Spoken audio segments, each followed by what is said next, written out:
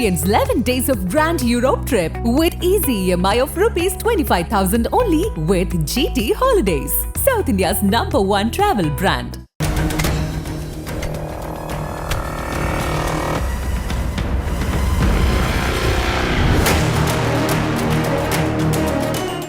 வணக்கம். வணக்கம். இந்த வாரம் அறிந்தும் அறியாமலும் இயக்குனர் மகேந்திரன். தமிழ் சினிமாவை பொறுத்த வரைக்கும் எத்தனையோ இயக்குனர்களை தமிழ் சினிமா சந்தித்திருக்கு அப்படின்னாலும் சினிமாவுடைய மொழியை மிகச்சரியாக கையாண்ட இயக்குனர் அப்படின்னு மகேந்திரனை தாராளமா சொல்லலாம்.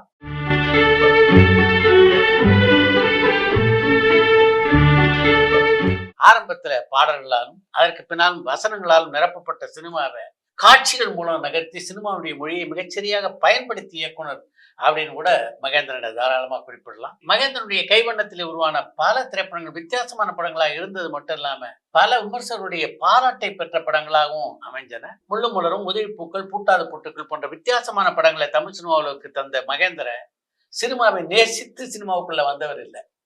சினிமாவை அக்கு வேற ஆணி வேறாக பிரிச்சு விமர்சித்தவர் தான் மகேந்திரன். அப்படி விமர்சித்தவரை சினிமாவிலும் கட்டி அணைச்சிக்கிட்டதுன்னா அதுக்கு முக்கியமான காரணம் மகேந்திரன் கிட்ட இருந்த ஒரு வித்தியாசமான திறமை. இனி மகேந்திரனை பத்தி அறிந்ததெல்லாம் சொல்லு, அதுக்கு பின்னால அறியாததை பத்தி நம்ம பேசுவோம். 25 ஜூலை 1939 ஜோசப் செலியா மனோன்மணி என்ற தம்பதியருக்கு மகனா பிறக்கிறாரு. இவருடைய அப்பா ஒரு ஆசிரியர். இவரோட சின்ன வயசுல இளங்குடி அப்படின்ற ஒரு கிராமத்துல தன்னுடைய ஸ்கூல்ல முடிக்கிறாரு. அப்புறம் பியூசி மதுரையில இருக்கிற அமெரிக்கன் கல்லூரியில தான் பியூசி பண்றாரு. அதுக்கப்புறமா காலேஜ் படிக்கிறதுக்காக அழகப்பன் காலேஜ் ஆஃப் ஆர்ட்ஸ்ன்ற ஒரு காலேஜ்ல போயிட்டு பேச்சுலர் ஆஃப் எக்கனாமிக்ஸ் ஜாயின் பண்றாரு. ஸோ அங்க படிச்சுட்டு இருந்த அவரு பயங்கரமா அந்த ஸ்டேஜ் ஷோஸ் நாடகங்கள்லாம் ரொம்ப ஈர்ப்பு கொண்டு நிறைய ஸ்டேஜ் ஷோல ரொம்ப ஆக்டிவா இருக்காரு. அப்போ ஒரு நிகழ்ச்சி அங்க நடக்குது. அதுக்கு எம்ஜிஆர் சார் தான் தலைமை தாங்க சீஃப் கெஸ்டா வராரு. அப்போ மகேந்திரன் சாருக்கு சினிமாவை பத்தி இருந்த பார்வை வேறு. அதனால எம்ஜிஆர் சார் முன்னாடி ஒரு விமர்சனத்தை வைக்கிறாரு சினிமா மேல. இந்த இடத்துல மகேந்திரன் யார் அப்படின்றத சொல்லி ஆகணும். டி ஜானகிராமன், புதுமை புத்தன் போன்றவருடைய கதையெல்லாம் படிக்கின்ற பழக்கம் கல்லூரி நாட்களிலேயே மகேந்திரனுக்கு இருந்தது. தொடர்ந்து தமிழ் படங்களை பார்த்துட்டு இருந்த மகேந்திரன் அவருடைய மாமா தான் ஒரு நாள் கூப்பிட்டு ஆங்கில படங்களை பார்க்குற வழக்கத்தை ஆரம்பிச்சுக்க, நல்ல நல்ல படங்கள்லாம் ஆங்கிலத்தில் வந்துட்டு இருக்கு அப்படின்னு அறிவுரை சொன்னார். அதுக்கு பின்னால மகேந்திரன் ஆங்கில படங்கள் பலவற்றை பார்க்க தொடங்கினார். அப்பத்தான் யதார்த்த சினிமாவிலிருந்து தமிழ் சினிமா எவ்வளவு விலகி இருக்கு அப்படின்றத அவரால் புரிந்து கொள்ள முடிந்தது. அப்படிப்பட்ட ஒரு ஆத்திரத்துல தமிழ் சினிமா மேல இருந்த கட்டத்துல தான் எம்ஜிஆர் முன்னால பேசக்கூடிய வாய்ப்பு அவருக்கு கிடைச்சது. தமிழ் சினிமா மேல அவருக்கு எவ்வளோ எரிச்சல் இருந்ததோ அதையெல்லாம் அந்த மேடையிலே அவர் கொட்டி தீர்த்தார் அப்படின்னு தான் சொல்லணும். நாமெல்லாம் காதலிச்சோம்னா எப்படி படாத பாடுபடணும் அப்படின்னு உங்க எல்லாருக்கும் நல்லா தெரியும். நம்ம வீட்லயும் ஏத்துக்க மாட்டாங்க, ஊர்லயும் ஏத்துக்க மாட்டாங்க. ஆனா மேடையில உட்கார்ந்துட்டு இருக்காரு இவர் காதலிச்சாருன்னா யாரும் அதை பத்தி கவலையே படுறதில்லை. இவர் பாட்டு ஜாலியா அந்த காதலிக்கிற பெண்ணோட டூயட் பாடிக்கிட்டு ஊர் பூரா போறாரு, பாடுறாரு, ஆடுறாரு. அவர் வீட்டுல அவங்க அப்பா அம்மா கண்டுக்கிறாங்களான்னா கண்டுக்கிறது இல்லை, ஊர்க்காரங்க கண்டுக்கிறாங்களான்னா அவங்களும் கண்டுக்கிறது இல்லை. நாம காதலிச்சோம்னா கல்லூரி பிரின்சிபால் விடுவாங்களா? ஆனா இவரு காதலிச்சாருன்னா கல்லூரி பிரின்சிபால் அது கண்டுக்கிறது இல்லைன்னு கடகடன்னு பேச ஆரம்பிச்சார். மொத்த கூட்டமும் கை தட்டி ஆரவாரத்தோட ரசிக்க ஆரம்பிச்சு. அது வரைக்கும் எம்ஜிஆர் என்ன பண்ணிட்டு இருந்தாருன்னா அங்க வந்துட்டு இருந்த ரசிகருடைய ஆட்டோகிராஃப்ல கையெழுத்து போட்டு கொடுத்துட்டு இருந்தாரு. இவருடைய பேச்சை உன்னிப்பா கேட்கல. இந்த கைத்தட்டல் ஓசை தான் மகேந்திரனுடைய பேச்சின் பக்கம் அவரை திரும்பி பார்க்க வச்சு. அப்பா மகேந்திரன் என்ன பேசுறான்னு உன்னிப்பாக கவனிக்க ஆரம்பிச்சார் எம்ஜிஆர். மகேந்திரன் பொதுவாக தமிழ் படங்களை பத்தி தான் பேசினார் அப்படின்னாலும் அவருடைய விமர்சனம் இருக்க பெரும்பாலும் எம்ஜிஆரை சுத்தி இருந்தது. ஆனாலும் அதையெல்லாம் பொருட்படுத்தாம மகேந்திரனுடைய அந்த வாதம் நியாயமா இருந்ததுனால கைத்தட்டி எம்ஜிஆர் ரசிச்சார். எம்ஜிஆர் கைத்தட்டின உடனே மொத்த ரசிகர் கூட்டமும் அதை கைத்தட்டி ஆரவாரத்தோடு ஏத்துக்க ஆரம்பிச்சாங்க. எம்ஜிஆரே மகேந்திரனுடைய விமர்சனத்தை ஏத்துக்கிட்டார் அப்படின்ற மாதிரி எல்லாருக்கும் ஒரு எண்ணம் தோன்றியது. அந்த கல்லூரியில் அந்த விழாவுக்கு வந்த போதே என்னால் விழாவில் பேச முடியாது, விழாவில் கலந்து கொண்டு பரிசீலிச்சுட்டு எனக்கு கிளம்ப முடியும் அப்படின்னு தான் சொல்லியிருந்தார் எம்ஜிஆர். அதனால அந்த விழாவில் அவர் பேசலை, கிளம்பிட்டார். கிளம்புகின்ற அந்த அவசரத்துலையும் பக்கத்துல ஒரு பேப்பர் வாங்கி ஒரு காகிதத்தில் ஒரு குறிப்பை எழுதி மகேந்திரன் கையில கொடுத்துட்டு போனார் எம்ஜிஆர். அந்த காகிதத்துல என்ன எழுதப்பட்டிருந்தது அப்படின்னு தான் ரொம்ப முக்கியமான விஷயம். நல்ல பேச்சு, நல்ல கருத்து, நகைச்சுவையுடன் உண்மையான உணர்ச்சி கூடிய விளக்கம், சிறந்த விமர்சகராக இருக்க தகுந்தவர், வாழ்க அன்பன் எம்.ஜி. ராமச்சந்திரன் 30/11/58 என்ற அந்த கடிதத்தில் எழுதப்பட்டிருந்தது. அப்படி எந்த எம்ஜிஆரை கடுமையாக ஒரு விழா மேடையில மகேந்திரன் விமர்சித்தாரோ அவர் தான் தன்னை சினிமா உலகத்துக்குள்ளேயே அழைச்சிட்டு வர போறார் அப்படின்னு அன்னைக்கு மகேந்திரனுக்கு தெரியாது. நீ கேள்விப்பட்ட மிச்சத்தை சொல்லு, அதுக்கப்புறம் நான் தொடர்றேன். பேச்சுலர் டிகிரி முடிச்சுட்டு லா படிக்கணும்னு அவர் சென்னைக்கு வராரு. அங்க காலேஜ்ல சேர்ந்து படிச்சுட்டு இருக்கும்பொழுது 7 மாசம் தான் அவரால படிக்க முடிஞ்சது. அதுக்கப்புறம் குடும்ப வறுமை காரணமாக அவர் அந்த காலேஜ்ல இருந்து டிஸ்கன்டினியூ ஆயிடுறாரு. தன்னுடைய ஊரான இளையான்குடிக்கே போயிடலாம் அப்படின்னு அவர் நினைக்கிறப்போ அங்க இருக்கிற நண்பர் மூலியமா இனமுழக்கம் அப்படின்ற ஒரு பத்திரிகையில போய் சேர்றாரு. இனமுழக்கம் பத்திரிகையில மகேந்திரன் மிகுந்த உற்சாகத்தோடு வேலை செய்தார் அப்படின்னு தான் சொல்லணும். அதுக்கு காரணம் என்னன்னா, அந்த பத்திரிகையில் இவருக்கு தரப்பட்டிருந்த வேலை இருக்குல்ல, அது திரைப்படங்களை விமர்சிக்கின்ற வேலை. ஏற்கனவே திரையுலகத்தை அக்கு வேற ஆணி வேற விமர்சித்தவர். அதே பாணியில் ஒரு வேலை அமைஞ்சதுனால மிகுந்த உற்சாகத்தோட அந்த வேலையை செஞ்சாரு. அப்போது வெளிவந்த எல்லா திரைப்படங்களையும் மிக கடுமையாக விமர்சிப்பார். அதுல பல எம்ஜிஆர் படங்களும் நடக்கும். அப்ப அந்த இனமுழக்கம் இருக்க அந்த பத்திரிகையை பொறுத்த வரைக்கும் அது திராவிட முன்னேற்ற கழகத்தை சார்ந்த ஒரு பத்திரிகை. எம்ஜிஆர் வச்சு படம் எடுத்த பல தயாரிப்பாளருடைய விமர்சனத்தால பாதிக்கப்பட்டாங்க. அவங்க எல்லாம் அந்த பதிப்பாளர்கிட்ட போய், என்னங்க இது, நம்ம பத்திரிகையிலேயே நம்ம படங்களை இது மாதிரி தாக்கி என்ன அர்த்தம், பாதிக்கிறது நாங்க தானே, எங்க படத்தினுடைய வசூல் எல்லாம் குறையுது அப்படின்னு அவர்கிட்ட போய் எல்லாரும் புகார் சொல்லியிருக்காங்க. அந்த பத்திரிகை ஆசிரியராக இருந்தவர் சிபி சிற்றரசு அப்படின்ற திராவிட முன்னேற்ற கழக தலைவர்.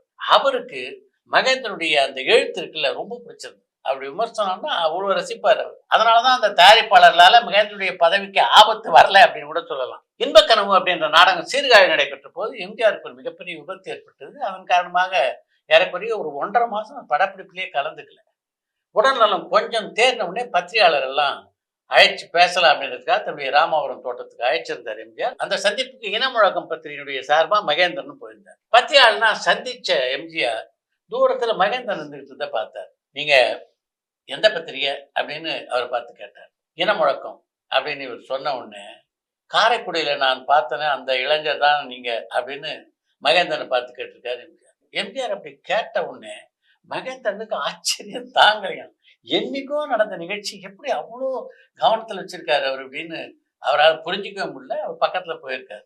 போன உடனே, என்ன பண்றீங்க, எவ்வளவு நாளா இனமுழக்கம் பத்திரிகையில் வேலை செய்றீங்க அப்படின்லாம் அவர் விசாரிச்சிருந்த போதுதான் இனமுழக்கம் பத்திரிகையில இவர் என்ன வேலை செய்யறாரு அப்படின்னு அவருக்கு தெரிய வந்து, இனமுழக்கம் பத்திரிகையில சினிமா விமர்சனங்கள்லாம் நீங்க தான் எழுதுறீங்களா அப்படின்னு கேட்ட எம்ஜிஆர் இவர் மேல ஆத்திரப்படுவார் அப்படின்னு தான் எல்லாரும் நினைச்சிருந்தாங்க. ஆனா அதுக்கு மாறாக எம்ஜிஆர் என்ன சொன்னார்னா, நீங்க இருக்க வேண்டிய இடம் பத்திரிகை துறை இல்ல, நீங்க நாளை காலையில 10 மணிக்கு என்னுடைய அலுவலகத்துக்கு என்ன பாருங்க அப்படின்னு சொல்லிட்டு கிளம்பினார் எம்ஜிஆர். இப்ப மகேந்திரனும் புறப்பட தயாராங்க. மகேந்திரன் புறப்பட்ட போது மீண்டும் அவருடைய தோலை தட்டி எம்ஜிஆர் காலையில 10 மணி மறந்துடாருங்க அப்படின்னு ஞாபகப்படுத்திட்டு தான் வீட்டுக்கு போனாராம். இனமுழக்கம் பத்திரிகையுடைய பதிப்பாளர்கிட்ட இது மாதிரி எம்ஜிஆர் என்ன அழைச்சிருக்காரு அப்படின்னு மகேந்திரன் சொன்ன உடனே அந்த பதிப்பாளர் மிகுந்த ஆனந்தத்துக்கு ஆளானார். அவர் எவ்வளவு பெரிய மனுஷன், அவர் உங்களை கூப்பிட்டுருக்காருன்னா நிச்சயமா உங்களுக்கு திரையுலகத்துல ஒரு மிகப்பெரிய வாய்ப்பு காத்துக்கிட்டு இருக்குன்னு அர்த்தம், நீங்க தாராளமா போய்வாங்க அப்படின்னு அவருக்கு வாழ்த்து சொல்லி அனுப்பிச்சு வச்சாரு அந்த பதிப்பாளர். இப்ப லாய்ட்ஸ் ரோட்ல எம்ஜிஆருடைய அலுவலகத்துக்கு போறாரு மகேந்திரன். சரியா 10 மணி. வாசல்ல இருக்க காவலாளி கிட்ட, நான் மகேந்திரன் ஐயாவை பார்க்கணும் அப்படின்னு சொன்ன உடனே, உங்களுக்காக தான் காத்துட்டு இருக்காரு சின்னவர், வாங்க அப்படின்னு இவரை ராஜ உபசாரத்தோட கூப்பிட்டு போனாராம் அந்த வேலைக்காரர். மகேந்திரன் ஒரு தனி அறைக்கு அழைத்து சென்ற அந்த உதவியாளர், இங்க உட்காருங்க, ஒரு 10 நிமிஷத்துல சின்னவர் வந்துடுவார் அப்படின்னு விட்டு சொல்லிட்டு கிளம்பிட்டார். எம்ஜிஆரை திரையுலகினர் எல்லோரும் சின்னவர் அப்படின்னு தான் அழைப்பாங்க அப்படின்றத இனமுழக்கம் பத்திரிகையில பணியாற்றிய போதே மகேந்திரன் தெரிஞ்சு வச்சுட்டு இருந்தார். அதனால எம்ஜிஆருடைய வருகைக்காக காத்துக்கிட்டு இருந்தாரு. சரியா 10 நிமிஷத்துல எம்ஜிஆர் உள்ள வந்தார். உள்ள வந்தவர் இவரை இன்னொரு அறைக்கு கூப்பிட்டு போனார்.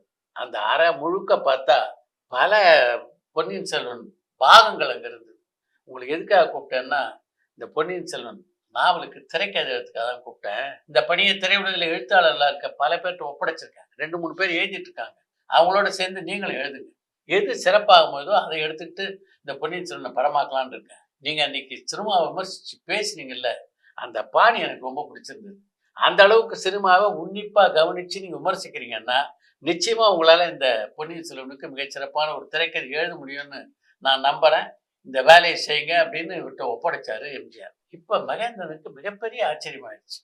என்னைக்கோ ஒரு மேடையில நாம ஒரு 20-30 நிமிஷம் பேசியிருந்த எவ்வளவு உன்னிப்பா கவனிச்சிருக்காரு எம்ஜிஆர். அதன் காரணமா தான் இப்படி ஒரு பொறுப்பை நம்மகிட்ட ஒப்படைச்சிருக்காரு அப்படின்னு நினைச்சவர் அந்த பொறுப்பை மிகச்சரியாக நம்ம செய்யணும் அப்படின்ற முடிவுக்கு அன்னைக்கே வந்துட்டாரு அப்படின்னு தான் சொல்லணும். பொன்னியின் செல்வன் எழுதி முடிக்கிறதுக்கு முன்னாடியே எம்ஜிஆர் சார் அவர் ராஜா தேசிங்கோடைய படப்பிடிப்புக்கு கூட்டிட்டு போனார் இல்லையா சார்? தன்னுடைய ராஜா தேசிங் படத்துடைய படப்பிடிப்புக்கு எம்ஜிஆர் மகேந்திரன் கூட்டிட்டு போனதுக்கு முக்கியமான காரணம், இந்த பொன்னியின் செல்வன் திரைக்கதையை மிகச்சரியாக மகேந்திரன் எழுதுவதற்கு அது ஒரு வசதியா இருக்கும் அப்படின்ற நினப்பு தான். படத்துடைய படப்பிடிப்பை பார்க்கும்போது ஒரு படம் எப்படி படமாகுது, எப்படி காட்சிகள் எல்லாம் பிரிக்கிறாங்க, அந்த காட்சியில எப்படி வசனத்தை பேசி நடிக்கிறாங்க, இதெல்லாம் தெரிஞ்சுக்கிட்டாருன்னா திரைக்கதை எழுத்துக்கு உதவியா இருக்கும்ல. அதுக்காக தான் அவர் கூட்டு போனாரு. அது சொல்லிதான் கூட்டு போனார். நீங்க முதல்ல இந்த பொன்னியின் செல்வன் கதையை படிங்க. நீங்க இந்த திரைக்கதை எழுதுறதுக்கு முன்னால ஒரு 10-15 நாட்கள் ராஜாஜி சிங் படத்துடைய படப்பிடிப்பை பாருங்க. இப்ப அந்த படத்துடைய படப்பிடிப்பு தொடர்ந்து நடந்துட்டு இருக்கு. அந்த படத்தை ஒரு 10-15 நாள்ல நான் நடிச்சு முடிச்சிடணும். அது வரைக்கும் நீங்க என்னோட தினமும் படப்பிடிப்பு பாங்க அப்படின்னு ராஜாஜி சிங் படப்பிடிப்பு கூட்டு போய் அந்த படத்துடைய இயக்குனரான TR ரகுநாத், அந்த படத்துடைய ஒளிப்பதிவாளரான ரகுமான், இவங்க எல்லாருக்கும் இவரை இன்ட்ரோடியூஸ் பண்ணி வச்சிருக்காரு. அவங்க எம்ஜிஆருடைய நண்பர் அப்படின்றதுனால இவரை மிகச்சிறப்பாக கவனிச்சுக்கிட்டாங்கன்றது வேற விஷயம். அந்த படப்பிடிப்புல தான் என்ன கத்துக்கிட்டோம் அப்படின்றத பத்தி மகேந்திரன் பல பத்திரிகை பேட்டிகளை குறிப்பிட்டிருக்காரு. எம்ஜிஆர் ஒரு நடிகர் மட்டும் இல்ல, எல்லா தொழில்நுட்பமும் தெரிந்த ஒரு மாபெரும் கலைஞர் அப்படின்றது ராஜாஜி சிங் படத்துடைய படப்பிடிப்புல நான் தெரிஞ்சுக்கிட்டேன். அதே மாதிரி இந்த காட்சி அமைப்பிலேயோ இல்ல இந்த தொழில்நுட்பத்திலேயோ இந்த கேமரா கோணத்திலேயோ ஏதாவது ஒரு மாறுதல் வேணும்னா டெக்னீஷியன்கிட்ட அதை எவ்வளவு பக்குவமா சொல்றாரு அப்படின்றது நான் புரிஞ்சுக்கிட்டேன். ஒரு கமாண்டாவோ ஒரு ஆர்டராவோ சொல்ல மாட்டார். அந்த ஒளிப்பதிவாளர் தனியா கூட்டிட்டு போய் இந்த காட்சி இப்படி இருந்தா நல்லா இருக்கும் அப்படின்னு விளக்குவார். அடுத்த நிமிடமே அந்த காட்சி மாற்றி அமைக்கப்படும். அதாவது யாருக்கும் பாதிப்பு இல்லாம தன் மனசுல இருக்க உணர்ச்சிகளை தெரியப்படுத்துறதுல எம்ஜிஆருக்கு நிகர் எம்ஜிஆர் தான். இந்த சம்பவம் நடந்து பல ஆண்டுகளுக்கு பின்னால ஒரு விஷயத்தை கேள்விப்பட்டாரு மகேந்திரன். அந்த கேள்விப்பட்ட அந்த விஷயம் இருக்குல்ல, புலவம் சுற்று வாழ்வு படத்துக்காக ஏறக்குறைய 30,000 அடிக்கு ஒரு சண்டை காட்சியை படமாக்கி இருக்காரு. 30,000 அடின்னா ஏறக்குறைய 35 நிமிஷம் அந்த படம் போடும் திரையில. 4 நிமிஷமா குறைக்கணும்னு சொல்லிட்டு இயக்குனரும் எடிட்டருமான சங்கர்ட்ட ஒப்படைச்சிருக்காரு அந்த பொறுப்பே. 30,000 அடி இருந்த அந்த சண்டை காட்சியை 27 அடி கீழே அவரால் குறைக்கவே முடியல. எங்களால எதுவுமே பண்ண முடியல அப்படின்னு எம்ஜிஆருக்கு போய் சொன்னபோது, சரி நான் பொன்னியின் செல்வன் திரைக்கதையை எப்போ மகேந்திரன் சார் எழுதினாரு, அதை கேட்டுட்டு எம்ஜிஆர் சார் என்ன சொன்னாரு சார்? இந்த ராஜாஜி சிங் படத்துடைய படப்பிடிப்பு முடிஞ்ச உடனே பொன்னியின் செல்வன் திரைக்கதை எழுத ஆரம்பிச்சிட்டாரு மகேந்திரன். அந்த முதல் காட்சி இருக்குல்ல, பொன்னியின் செல்வன் காட்சி, அது ரொம்ப வித்தியாசமா அமையும். அந்த முதல் காட்சி வித்தியாசமா எழுதிட்டாரு. எழுதி முடிச்ச உடனே ஒரு நாள் பொன்னியின் செல்வன் முழு திரைக்கதை எழுதி முடிச்சிட்டாரு. முள்ளு மலரும் அப்படின்ற கதையை எடுத்துக்கிட்டு அதுக்கு திரைக்கதை அமைக்க ஆரம்பிச்சாரு. இதை திரைப்படமா இருந்தா ரொம்ப நல்லா இருக்கும் அப்படின்னு அதுக்காக தயாரிப்பாளர் தேடினாரு. அவ்வளவு லேசில் எந்த தயாரிப்பாளர் அதை படமாக்க ஒத்துக்கல. கமல் சார் நிறைய உதவிகள் பண்ணியிருக்காரு. ஆனா கமல் சாரும் மகேந்திரன் சாரும் 2 பேரும் சேர்ந்தே ஒர்க் பண்ணலையே சார். இவரும் சேர்ந்து ஒரு படத்துல பணியாற்றுவதா இருந்தது. அந்த படத்துடைய பெயர் மீண்டும் போக்கல. அந்த படத்தினுடைய விளம்பரத்தெல்லாம் முதல்ல மகேந்திரனுடைய பெயர் தான் இடம்பெற்றது. மகேந்திரன் தான் அந்த படத்தை இயக்கிறதா இருந்தது. கடைசி நேரம் பரபரப்பான சினிமா செய்திகள், நட்சத்திரங்களின் பேட்டிகள், சினிமா வரலாறு ஆகியவற்றை பார்க்கவும் படிக்கவும் உங்களுக்கான இணையதளம் tourantalkies.co.